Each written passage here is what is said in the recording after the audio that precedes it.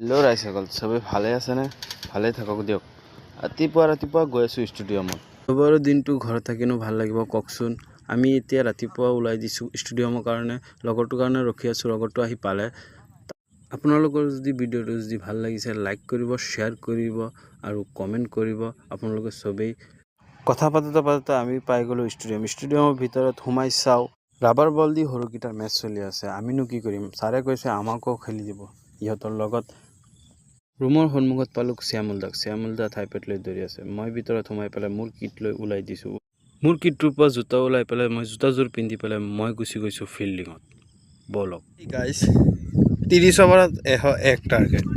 আমাৰ এইকেইটা ডাঙৰকেইটা পিচখন ঠিক কৰি আছে ইহঁতে।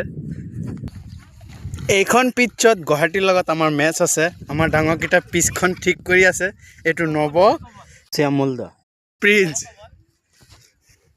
এইটো আমাৰ শ্যামলদা, এইটো নৱ, এইটো প্ৰিন্স। পানীখন ভালকে দে না। আমি এতিয়া গৈ আছোঁ ব্ৰহ্মপুৰ হোটেলত চিঙাৰা খাবৰ কাৰণে। দুপৰীয়া টিফিন অনা নাই যদি দুপৰীয়াৰ টাইমটোতো এনেই পাৰ কৰিব লাগিব। চিঙাৰা খাই আহি চাওঁ সৰুবিলাকে বেটিং কৰি আছে। বেটিং কৰিব গৈছোঁ, গৈ পেলাই 2 মাৰি পেলাই আউট হৈ আহিছোঁ। 18 অভাৰত মাৰিলোঁ আমি 55 মাৰি অল আউট হৈ গ'লোঁ। মেচটোৱে হাৰিলোঁ আমি। কিটবেগখন আমি ৰুমৰ ভিতৰত থৈ পেলাই ওলাই দিছোঁ ঘৰৰ কাৰণে। লগৰটো কৈ আছে মৃত্যুঞ্জয় মন্দিৰ চাব। আপোনালোকে যদি মৃত্যুঞ্জয় মন্দিৰ যাব চাই তেতিয়াহ'লে এইটো লোকেশ্যনত আহি যাব। আমিও চাই পেলাই বহুত ভাল লাগিছে। অসমত চবতকৈ আটাইতকৈ ডাঙৰ মন্দিৰটো হ'ল এইটো। বহুত ভাল বনাইছে, বহুত ভাল লাগিছে চাই পেলাই। গাইজ, আজিৰ কাৰণে ইমানখিনি। ভিডিঅ'টো যদি ভাল লাগিছে তেতিয়াহ'লে আপোনালোকে লাইক কৰিব, শ্বেয়াৰ কৰিব।